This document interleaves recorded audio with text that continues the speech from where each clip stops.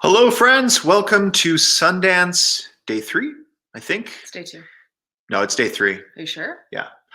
We've been up late. It's been a lot of movie watching. I know that sounds awful, right? Like that we're complaining about having to watch movies, but this is a lot of work because it's not just watching the movies. It's watching the movies, processing what we've watched, running down for interviews, editing the interviews, creating artwork for the posts that go along with the interviews. So And it's the a lot. editing has gotten more extensive than usual because usually for all of our podcasts, Rob edits those and we just put them out there.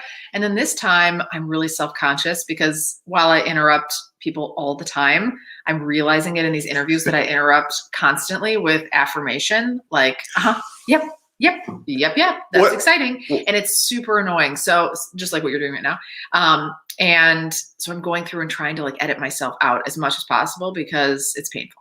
What I found was amusing was that initially when Carrie went down this path of doing that, she thought that it was me who was interrupting the most. And what have you found in now? I just explained it. You don't have to That's throw me out there. That's what you found. Thank you, Carrie, for being honest. I am being honest. So I'm trying to let people breathe a little bit more. I'm trying to breathe a little bit more, slow the pace a little bit, not fill the gaps of silence. Well, feel free if you're out there in Facebook land on the weekend, hopefully not, quarantined in your own house, and you want to jump on with us, you can jump on video, jump on the chat.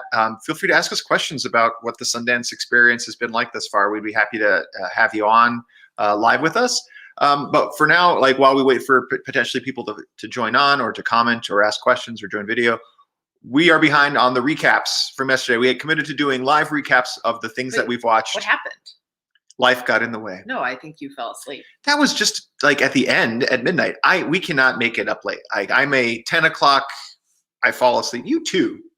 I stayed awake for this instance. This particular movie, and we had an interview with the cast and the directors this morning, right? So it was a good thing to stay awake for it. But let me jump back to the order in which we saw things. So where we left off with you all was yesterday and Homeroom. So Homeroom is the second documentary that follows high school kids, and yeah, it was really fascinating because I always find like documentaries, you need a bit of luck the director needs a little bit of luck in the situation that happens because you're just capturing real life.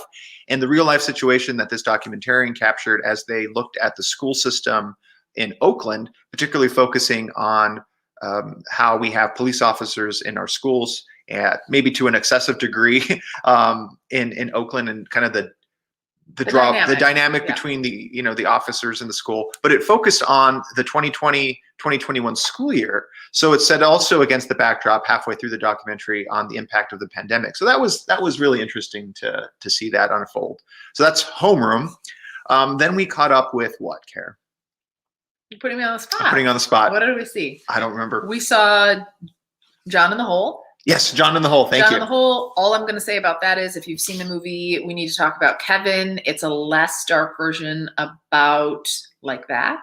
Yeah. Is all I'll say about that. I don't want to spoil anything. Yeah, less dark version of that. Not as happy-go-lucky as Home Alone, as I was kind of hoping for. You were hoping for that. I was hoping for like a blend of Home Alone meets We Need to Talk About Kevin. But look for a review likely from Tim coming out on that. As well too. Then we had In the Earth, which is Ben Wheatley's just been cranking out movies. If you like Ben Wheatley, this one probably goes back a little bit more to his roots with In the Earth. Follows, I believe, written, produced, and filmed all during the pandemic, and definitely got pandemic vibes. A little bit of kind of a nature element, kind of consequences of messing around with nature and things like that. So. I believe Tim has a review, at least a blog about that currently, and then we'll be writing more of a formal review. Tim's been blogging as he's seeing movies. So we're complaining about having to do like these little short reaction videos. Tim puts pen to paper. He's like, I'm just going to do a little blog post about it, and it ends up being a couple hundred words. And then he does from there. He makes 1,000-word review. But he's got a review of In the Earth up there as well. And then comes the movie that Carrie and I were talking about. It was the midnight screening of Mother Schmuckers. Yeah, please, you take it away. Do this movie justice. No offense. This is the weirdest movie I've ever seen in my life. It is probably every high school guy's dream. to make this movie, maybe. Okay, I thought you meant the plot, and I was like, this was not my Maybe, high school dream. If this was your dream, then you need to maybe seek out a little bit of help. But it follows these two boys who are maybe 20, I don't know, living with their mom, super hungry. They really, really want to eat. Turns into them just running around Paris and getting into all these shenanigans. Yeah, that's what I said. Getting into all these shenanigans, and it's like crazy shenanigans. And so it's like, I can't even really talk about it. It's a broad. I don't think so. It's a broad comedy. I can't believe you said that. It's a broad comedy, but shot super with a lot of style. So I've been thinking about it as they start chasing their dog, and then while they're chasing their dog, like they run into some people who, what do you call it when you like to put cookies in your butt? Why would I know what that's called? I don't know. do people like this? Know when you put cookies in your butt? People put cookies in their butt. Or if you start to like if you do this, butter yourself send up us a comment with meat. That's in there too. It just goes down these crazy things. The other thing that there's a big element here is nudity, and it's not like the kind of nudity where you're like, it's nudity like, wow, I'm so impressed that you have this level of self-confidence and you're nude. So real life, real life nudity, because real life nudity. I don't know if Hollywood nudity No waxing was done in the making of this movie. That is for sure. So real life. It takes a lot of twists, turns. It gets a little bit bizarre. It's really bizarre. So here's where I'm really the most nervous about today. It's really just talking to the people that make this movie, because when you make a movie like this, that's just so off the wall, so crazy, is so like, you're like, how did this come out of your mind? Like, what have you seen or read or what? I don't know. So we'll be posting an interview of that later on today. We also, the embargo releases for a few of the films that we have interviews for, which are 8 for Silver and Try Harder, the other high school documentary that was featured that we really loved a lot. So be on the lookout for interviews posting the site. We'll also post it on our social media channels. Kind of the antidote to Mother Schmuckers, which was our midnight screening from last night, is this Sesame Street documentary that we're about to go watch. So stay tuned for a live reaction. We're going to get back. Sesame Street, man? No, was not. You were not. Okay. Nope. I was a Mr. Rogers gal personally, but I have nothing against Sesame Street. I did watch it occasionally. We've joked before that my parents had the Disney Channel, so I was, anything Disney was my after school kind of thing, and it was Darkwing Duck. I remember a lot. Yeah, I watched a lot of that too.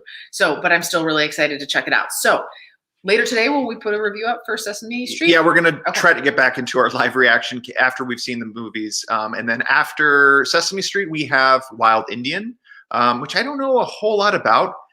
It's got a pretty stellar cast. Like, I think Jesse Eisenberg is in this, as well as a number of other folks. Is that the guy from Social Network? That's right. It is the guy from Social Network. And we have an interview later on in the week with the composer of that film. So we're going to be keeping our ears open, in particular for that film, listening to the music composition of that. Then we have one of your movies that you're most excited about, which is Passing, which is Rebecca Hall's debut film featuring, Passing. Passing. You don't, Was this on my top 5? This was like your number 1, I think. No. Somewhere up there. Coda. What was Passing about? Passing's Rebecca Hall's directorial debut. Huh. You keep looking here. This isn't going to tell you anything. You also have a computer and a phone over in this neighborhood. But Passing features Ruth Bader. No, this was your film. No. Okay. Carrie also picked it as likely the one that's going to have the biggest, highest grossing film, or highest sold film at Sundance. Yeah. Directed by Rebecca Hall.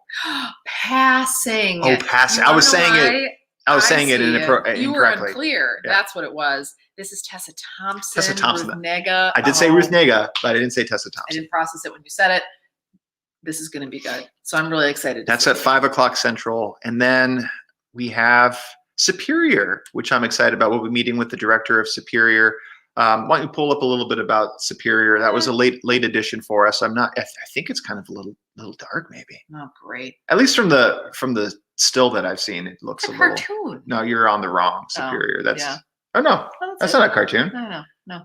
Read the synopsis. For On the everyone. run, Marion returns to her hometown to hide out with her identical twin sister Vivian, and in doing so alters the trajectory, I love that word, of both of their lives. Yeah, twins creep me out in general, so Yeah, I know that's why maybe I thought it was creepy. And then another midnight screening. Hopefully I can make it through all the way to the end. It's a glitch in the matrix. It is a documentary, which I'm super psyched about, which posits that is our life really, like, the evidence is strong in that our lives are just a simulation.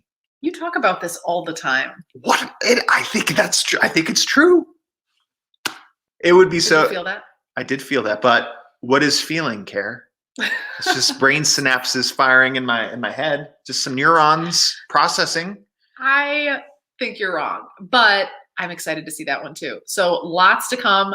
We need to go because I have anxiety right now about talking. After we've listed out all of the things that we have Yeah. to do, and then again, editing in between, there's some kids. Some other Schmuckers interview.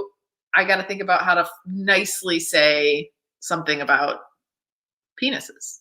So I'm going to do that. I'm going to work on that right now. Again, we're going to be censored off of live, I'm sure. Really? Yeah. And what's not nice to say? There's plenty of nice things to say about appendages. Okay. Oh yeah, that's right. That's what I'm going to do. Thank you for that note. I'm going to write that down. Yeah. Write that down. Okay. Along with DD. DD. Okay. Yeah, it is their DD. Sounds good. So we will be back later today, hopefully, to catch you guys a little bit later.